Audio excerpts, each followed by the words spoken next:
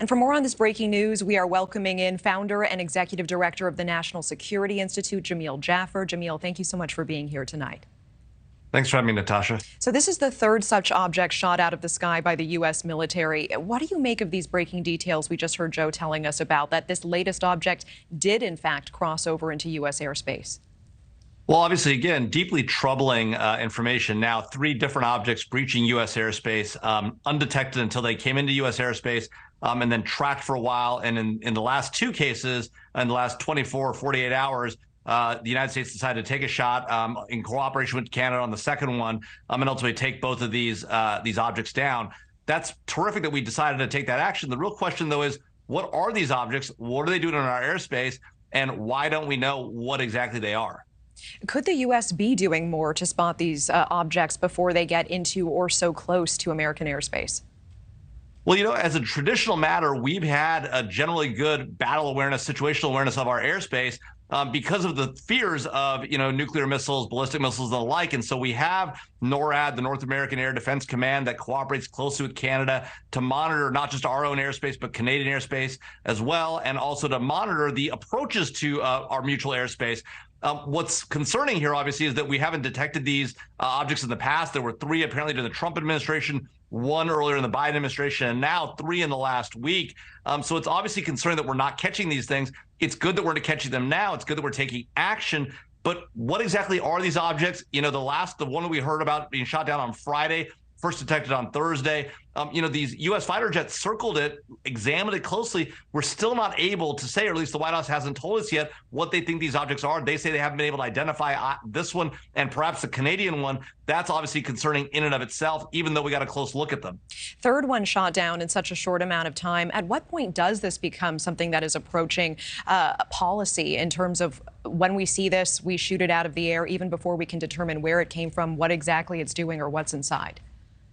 Well, it's a hard debate and a hard decision for the White House, for the Canadian Prime Minister to make. Obviously, you don't want to allow things over your airspace that might cause a concern. In the case of the Friday object, the Biden administration said that part of the reason they shot it down so quickly was because it was at 40,000 feet and might interfere with air travel. We haven't heard similar reasoning yet from the Canadians about why they decided to ask the United States to take a shot at that latest object, but that may be part of it. But at the end of the day, while you do want to find out what they're doing and where they're going, you also want to ensure that these things aren't carrying some sort of a device or conducting some sort of intelligence collection activity that's problematic. And so, taking the shot, probably the right thing to do. But at the end of the day, you've got to know what's going on and why are these objects here and who controls them. We don't even know whether these were Chinese. Natasha, it's worth wondering if these were in fact Chinese objects, and this is the third of them in a row. We might be closer to a conflict with China than anybody ever thought. Tell me a little bit more about that. What is the likelihood in your mind that these last 2 incidents are related to China? And in what way does this bring us closer to a conflict if this is, in fact, the second or the third object that is Chinese-made?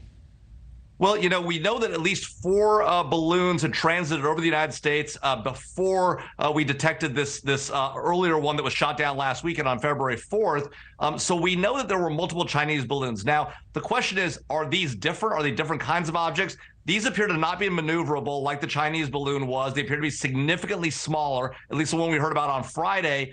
So it's hard to know. Could they just be ordinary weather balloons? I mean, I suppose there's a possibility that's the case, but let's suppose they're not. Let's suppose they are, in fact, Chinese objects, and they are being in our airspace to do some sort of surveillance, right? The fact that the Chinese feel like they can get away with this and violate our airspace and the Canadian airspace with impunity is obviously a problem. And the fact that now we've taken down 3 of them may raise concerns for the Chinese. Of course, at the end of the day, they are in our airspace. It's their violation of international law against us. We're well within our rights to take these actions.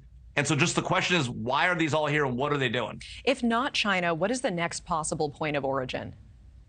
Well, obviously, Alaska is very close to Russia, right? Our borders just across the Bering Straits there. And so there is a possibility that these are Russian surveillance capabilities as well. We haven't previously heard of Russians using these type of surveillance capabilities, at least not in recent memory, but it's certainly a possibility. And then there's always the possibility, Natasha, as we just talked about, that the latest objects may just be, not intelligence collection. They may not be, problematic. They may just be off course.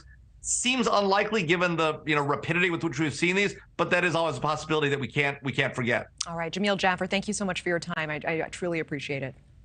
Thank you for watching. Go to newsnationnow.com to find News Nation on your television provider. And don't forget to click the red subscribe button below to get more of News Nation's fact-driven, unbiased coverage.